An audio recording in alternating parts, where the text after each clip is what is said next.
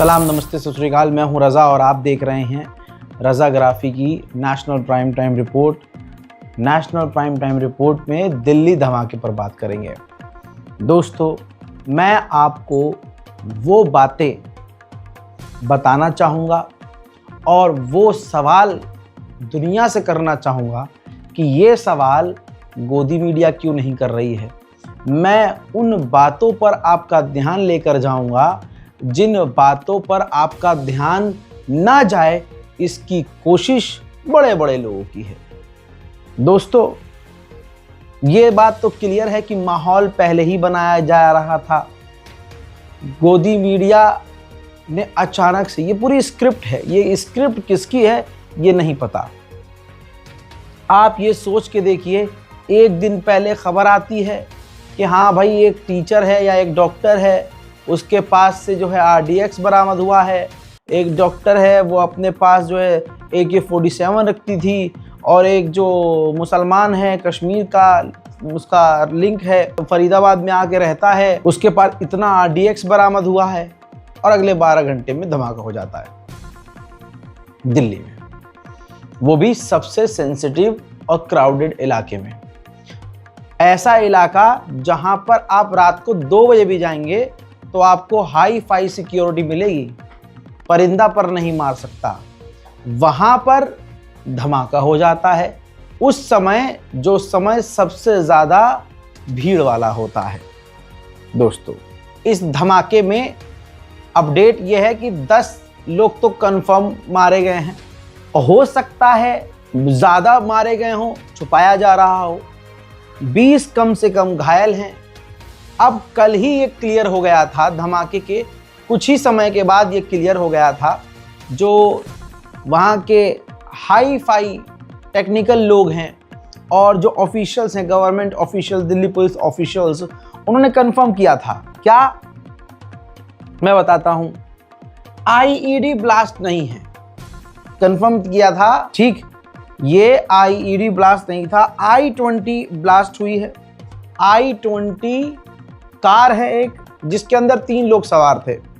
अब पहली बात ये कि अगर ये टेरर अटैक है, आतंकवादी हमला है, तो जब तालिबान भी अटैक करता है तो भाई वो एक आतंकी भेजता है, एक अटैकर भेजता है। 3-3 लोग गाड़ी में नहीं चलते हैं। पहली बात, कार में जो लोग सवार थे वो खुद मारे गए।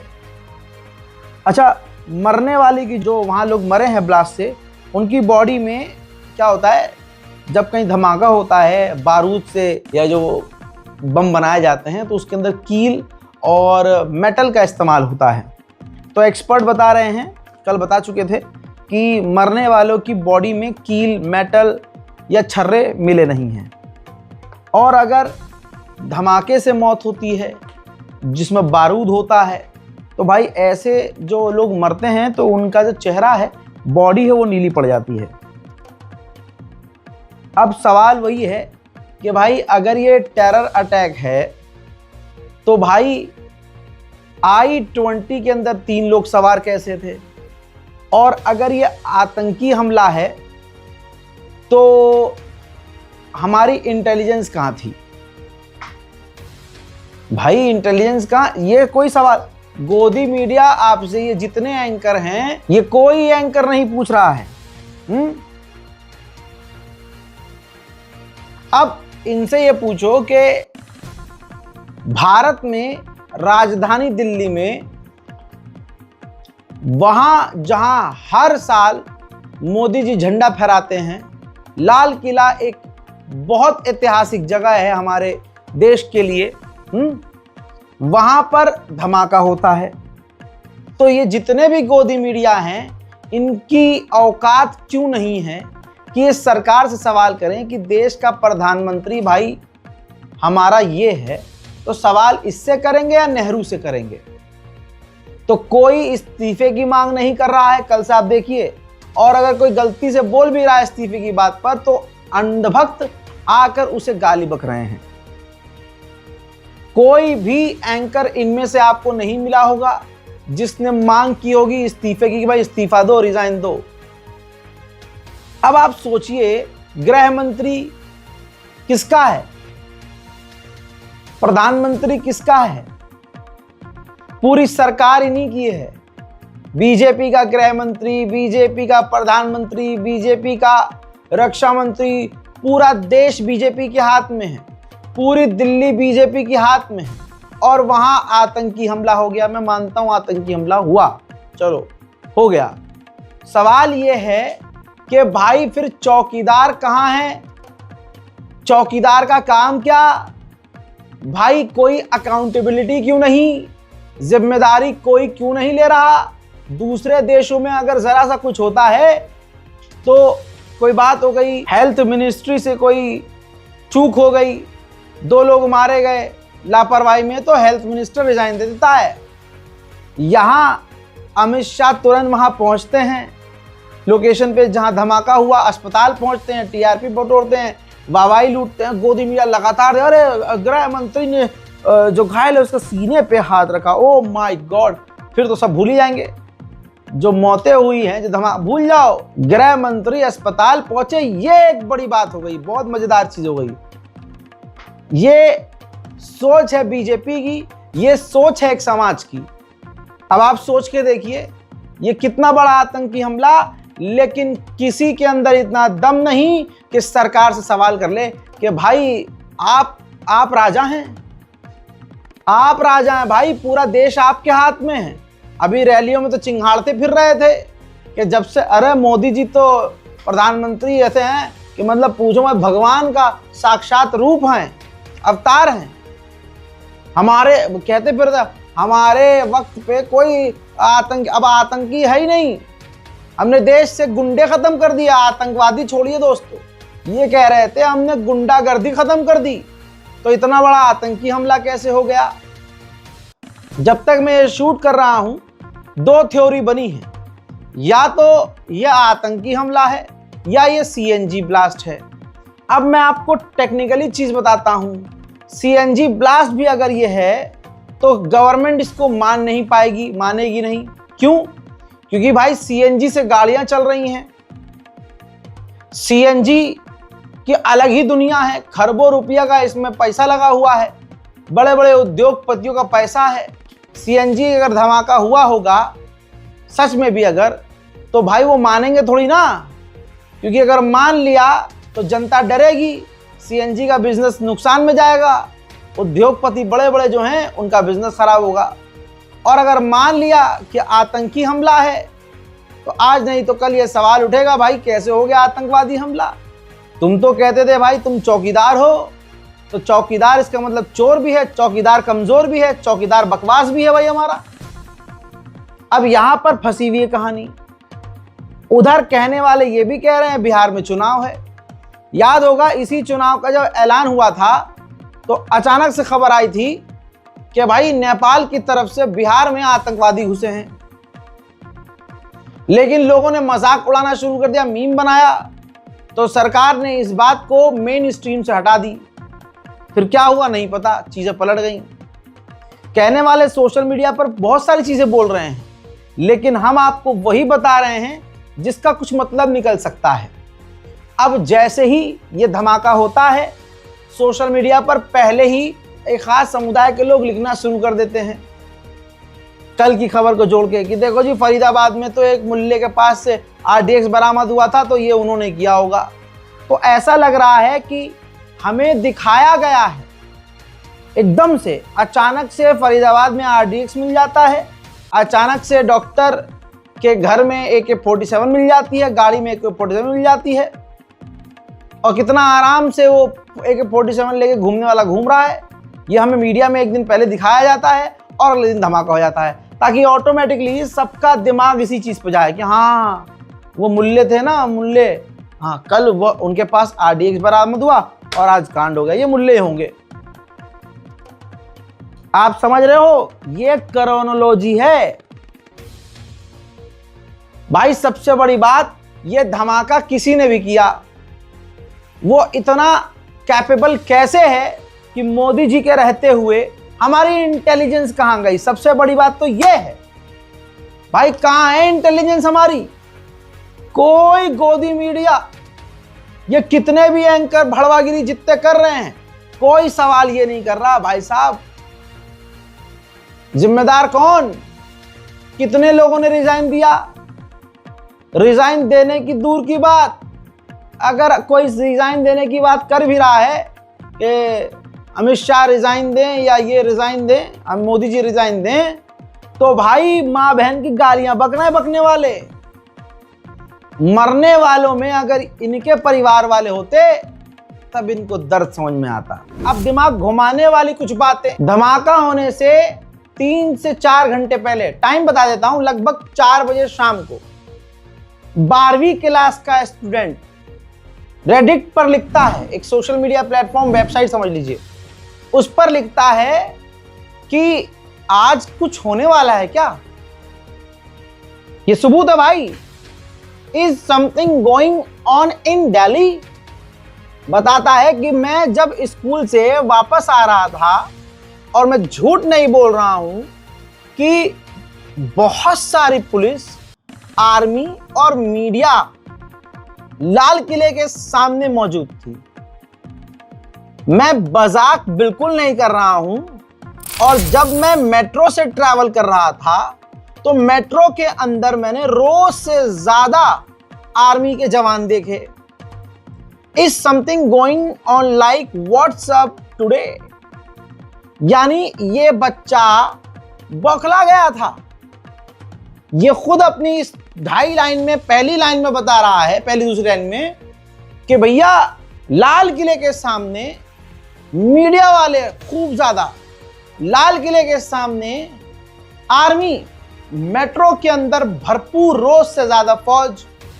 और इसने ये ट्वीट किया दोपहर यानी शाम मान लीजिए 4 बजे, और लगभग 7 बजे 6:51 पर धमाका हो गया। इसकी जवाबदेही को ये चल गया रहा भाई। समझ में आ रही है चीजें, क्या कहे आदमी। आपको ये जान के अब हैरानी होगी कि धमाके से 10 घंटे पहले एनडीटीवी को सब कुछ पता ही था। देखिए, समय के साथ साथ जो उसका टाइटल है वो भी स्क्रीन रिकॉर्डिंग के जरिए हम आपको दिखा रहे हैं। ये 13 घंटे पहले का वीडियो जब मैं रिकॉर्ड कर रहा हूं, जब मैं ये शूट कर रहा हूं, तो उस समय 13 घंटा पहले यानी धमाके से कई घंटे पहले एनडीटीवी ने ये न्यूज चलाई, जिसके अंदर 350 किलो विस्फोटक वाली साजिश किसकी, ये लिखा। अगली लाइन ये लिखी, क्या दिल्ली को दहलाने की थी साजिश, देश दहलाने का प्लान।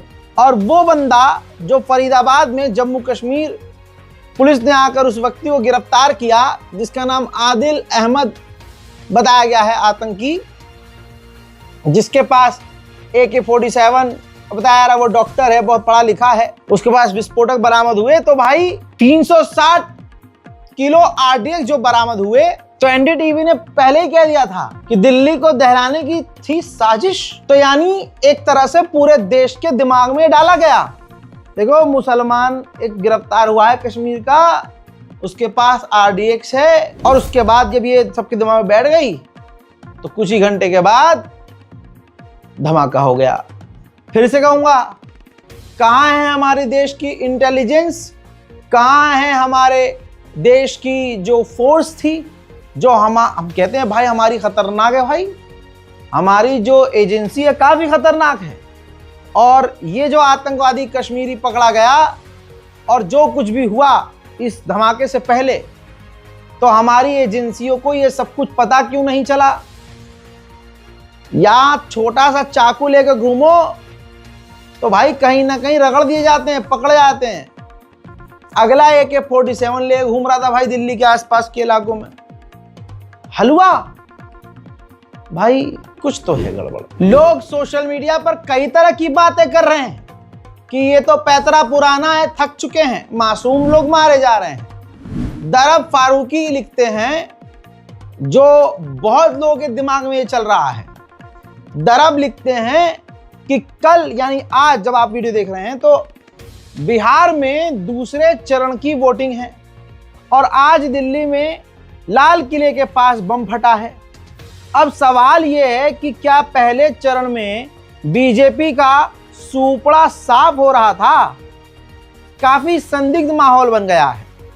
इसी तरह से बहुचर्चित अभी दांदिया जो सोशल मीडिया पर बहुत एक्टिव रहते हैं, लिखते हैं वही पुरानी चुनावी पैतरा, पर जनता अब सब समझ चुकी है। अब आपके सामने सलमान नाम का एक व्यक्ति, जो i20 कार है वो कई बार बेची गई। दिल्ली में हुए कार ब्लास्ट की जांच में एक जरूरी गंभीर सीरियस सनसनीखेज खुलासा हुआ। रिपोर्ट के अनुसार जिस Hyundai i20 कार में धमाका हुआ उसे कई बार बेचा गया था, उसका पुलवामा कनेक्शन भी सामने आया है।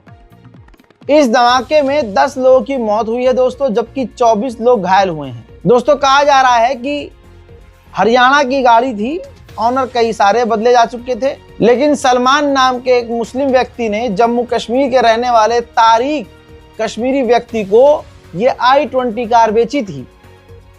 अब आप समझ रहे हैं, अगर यह आतंकी हमला है, चलिए मानते हैं, आरएसएस के मानने वालों का भी एक खेल मान लेते हैं कि चलो ठीक है भाई यह आतंकी हमला है, क्योंकि बताया कि जो बंदा फरीदाबाद में पकड़ा गया AK-47 और RDX के साथ वो कश्मीर का है। अब जो आज धमाका हुआ, जिस गाड़ी में धमाका हुआ उसे बेचा गया कश्मीरी, घूम फिर के वो एक कश्मीर तक बात पहुंच गई, वो भी पुलवामा का रहने वाला, इसलिए मामला और गंभीर हो गया। सवाल ये है कि अगर ये आतंकी हमला है तो हमारी इंटेलिजेंस कहाँ है, पहली बात। दूसरी बात, जो दावे मोदी जी करते हैं कि देश सुरक्षित हाथ में है और जब से हम हैं हमने आतंकवाद की कमर तोड़ दी है, उस दावे का क्या। तीसरी बात, नाम का मुसलमान अगर ये काम किया है, इस आतंकी हमले में मुस्लिम एंगल सच में है कि मुसलमान ने किया, और हिंदू समाज तो खुश है इसमें कि मुसलमान फंसा और उनको यही मजा आ गया कि चलो भाई मुसलमान आतंकवादी, सोशल मीडिया पर चल रहा है ये सब। लेकिन उनसे ये कोई नहीं पूछ पा रहा है कि भाई मुसलमान आतंक फैलाए या कोई और, अब्बा तुम्हारे हैं, सरकार तुम्हारी है, विदेश मंत्री तुम्हारा है, फिर काहे नहीं रोक पाए। आतंकी हमला है, ये देश का एक बड़ा हमला है। मान लिया कि आतंकी हमला है तो सवाल तो तब भी तुमसे ही पूछेंगे, या फिर रिजाइन तुम नेहरू से मांगोगे, या फिर दिल्ली के सीएम को तुम केजरीवाल बताओगे कि केजरीवाल को रिजाइन देना चाहिए। मन तो तुम्हारा यही कर रहा होगा। सवाल करने वालों को गाली बकी जा रही है, एक समुदाय, एक समाज, एक वर्ग विशेष के द्वारा। देख लीजिए जाके आप इसी कमेंट में देख लीजिएगा। अब मान लीजिए आतंकी हमला है क्योंकि कश्मीर, पुलवामा ये सब जोड़ दिया गया, ठीक मान लिया भाई, तो भाई आपने तालिबान से दोस्ती क्यों करी? तालिबान को मान्यता देने के लिए आगे क्यों बढ़े? हम मान रहे हैं तालिबान आतंकवादी है। तो ये देश की सरकार, ये मोदी जी अपनी सरकार को क्यों कह दिए कि चलो तालिबान से हाथ मिलाओ? भाई आतंकी है ना Taliban, ISIS, Daesh, al Qaeda, Pakistan की तहरीक तालिबान पाकिस्तान, सब हैं। तो भाई ये बताओ आपने तालिबान से दोस्ती क्यों की, नॉर्मलाइजेशन क्यों करना शुरू किया? और अगर इसमें पाकिस्तान का एंगल है तो भाई इसका मतलब पाकिस्तान इतना ताकतवर है कि हमारे मुल्क के अंदर मोदी जी के रहते हुए घुसा हुआ है। सवाल पर सवाल है, लेकिन ये जितने भांडुक मीडिया हैं, ये जितने भी एंकराइन हैं, ये मेन और जेन्युइन सवाल सरकार से कर ही नहीं सकते। ये सब छोड़िए, कल बेशरम चेहरा आपने स्क्रीन पर देखा होगा जब वो गिना रहा था इतने लोग मारे गए, इतने ये हो गए, हम मुआयना कर आए हैं, ये दुखद घटना है। भाई चेहरे पर कोई अफसोस नहीं, कोई माफी नहीं मांगी, किसी ने रिजाइन नहीं दिया, रिजाइन के लिए कोई बोल तक नहीं रहा, आंखों में शर्म बिल्कुल नजर नहीं आई, बल्कि चोर जरूर नजर आ रहा था। दोस्तों इसी भाजपा सरकार के रहते हुए गिनते हैं उरी अटैक हुआ, मेरे साथ रहिएगा, उरी अटैक हुआ भाजपा के दौर में। कारगिल अटैक हुआ भाजपा के दौर में, पुलवामा अटैक हुआ बीजेपी सरकार में, अमरनाथ अटैक हुआ बीजेपी सरकार में, पठानकोट अटैक हुआ बीजेपी सरकार में, पार्लियामेंट अटैक हुआ बीजेपी सरकार में, अक्षरधाम अटैक हुआ बीजेपी सरकार में, कंधार IC 814 फ्लाइट हाईजैक हुई बीजेपी सरकार में, कश्मीरी हिंदू को मारा गया बीजेपी सरकार में, पहलगाम अटैक हुआ बीजेपी सरकार में, आज लाल किले पर धमाका हुआ बीजेपी सरकार में। लेकिन रिजाइन नेहरू से मांगा जाएगा, पप्पू राहुल गांधी को बोला जाएगा, आतंकी मुसलमानों को बोला जाएगा। अब यहाँ पर हिंदू मुस्लिम एंगल बड़ा खतरनाक चल रहा है। नफरत के सौदागरों को अगले 1 महीने का कंटेंट मिल गया है। लेकिन सोचिए, जहां धमाका हुआ है वहां हिंदुस्तान मरा है। न हिंदू मरा न मुसलमान मरा, मरा तो हिंदुस्तान मरा। वहां एकता मरी है। लेकिन आप देखिएगा, जो हिंदू मुसलमान कर रहा होगा उसका चेहरा बड़ा खिला होगा, क्योंकि उसके मन की हो गई है। दोस्तों सुनिए मेरी बात, देखिए इस वीडियो को। भाई, जिस इलाके में धमाका हुआ, मुसलमान वहां ज्यादा पाए जाते हैं। जामा मस्जिद लाल किला के इलाके में, दिल्ली चौक के इलाके में। देखिए, जो घायल हुई हैं शाहिना परवीन, दूसरे व्यक्ति घायल हुए अर्शुल, पिता का नाम संजीव सेठी, तीसरा घायल व्यक्ति शिवा जायसवाल, चौथा मोहम्मद समीर, पांचवा जोगेंद्र, छठा है भवानी शंकर शर्मा, सातवीं घायल महिला है Gita, daughter of Shiv Prasad. Share कीजिएगा इस वीडियो को। आठवां घायल है व्यक्ति विनय पाठक, सन ऑफ रामाकांत, नवा पप्पू सन ऑफ दुधवीराम। 10वें नंबर पर घायल पाए गए हैं मिस्टर विनोद, 11वें पर शिवम झा, वल्द संतोष झा, 12वें पर मोहम्मद शाहनवाज, पिता का नाम अहमद जम्मन, 13वां घायल व्यक्ति अंकुश शर्मा, पिता का नाम सुधीर शर्मा, 14वें नंबर पर घायल हैं अशोक कुमार, बाप का नाम जगबंश सिंह, 15वां घायल व्यक्ति है मोहम्मद फारूक, वल्द अब्दुल कादिर घायल हैं। 16वें नंबर पर तिलक राज, पिता का नाम किशन चंद, 17वें नंबर पर घायल व्यक्ति है मोहम्मद सफवान, वल्द मोहम्मद गुफरान, 18वें नंबर पर मोहम्मद दाऊद, वल्द जानुद्दीन जो घायल हैं। 19वें नंबर पर किशोरी लाल, पिता का नाम मोहनलाल, 20वां जो घायल व्यक्ति है आजाद, पिता का नाम रसूद्दीन। तो आप समझ सकते हैं, हिंदू मुसलमान दोनों घायल हैं। मारे जाने वालों में भी मुसलमान बताए गए हैं। भाई, यहाँ हिंदू मुसलमान बिल्कुल न करना, क्योंकि जो हिंदू मुसलमान करते आए हैं उनके बल्ले बल्ले हैं। मेरे दोस्तों, आप समझ सकते हैं नफरत जीत रही है। अब इस धमाके से 1-2 चीज़ और होंगी। दिल्ली में जो पॉल्यूशन है, इस पर कोई सवाल नहीं करेगा। इस धमाके में दिल्ली का प्रदूषण दब जाएगा। इस धमाके में वोट चोरी दब जाएगी। इस धमाके में ब्राज़ील की जो मॉडल है उसका जो खुलासा नंगा हुआ है एक आदमी, वो मामला दब जाएगा। वोट चोरी का मामला चल रहा था, वीडियोस आ रही थी कि बिहार में ये सब ड्रामा हो रहा है, फर्जीवाड़ा हो रहा है। इस धमाके में वो भी गायब हो जाएगा, वो मामला भी दब जाएगा। तो दोस्तों, दुआ कीजिए कि सच सामने आए और NIA और जो हमारी तंजीमें हैं वो जो रिपोर्ट सामने ले आए, अल्लाह उन्हें हिम्मत दे कि सच सामने ईमानदारी से लेकर आए, या सच में जो असलियत हो, ऊपर वाला, हाँ ज़्यादा ऊपर वाला नहीं, ये वाला जो बैठा है अभी, वो उन्हें सच लाने से रोके ना, रोक ना पाए, सच सामने आए। बहरहाल, भीड़ भाड़ में जाने से बचिए। फर्जी फेक वीडियो, फेक खबरों को शेयर करने से बचिए। किसी भी अफवाह को मत मानिए। सरकार की संस्थाओं को, अपने इलाके की पुलिस को, अपने स्टेट पुलिस को फॉलो कीजिए ट्विटर पे, और किसी भी गलत खबर को, अनकन्फर्म रिपोर्ट को शेयर मत कीजिए। बिना जांच किए सोशल मीडिया पर कुछ पोस्ट मत कीजिए। फिलहाल के लिए यही आपको करना है, भीड़ भाड़ में जाने से बचना है और सतर्क सावधान रहना है। कोई संदिग्ध वस्तु नजर आए, किसी इंसान पर शक हो, आसपास के थाने में या ऑफिशियल्स को जाकर जानकारी देनी है। मेरी बात में अगर आपको एक भी बात सच लगी है तो इस वीडियो को शेयर कीजिएगा। अपने मुल्क के साथ खड़े रहिए, टूटने से बचाइए इस देश को, हिंदू मुसलमान करने वालों से, नफरत के सौदागरों से दूरी बनाइए। मैं हूं रजा और आप देख रहे थे रजाग्राफी अनस्क्रिप्टेड। जय हिंद।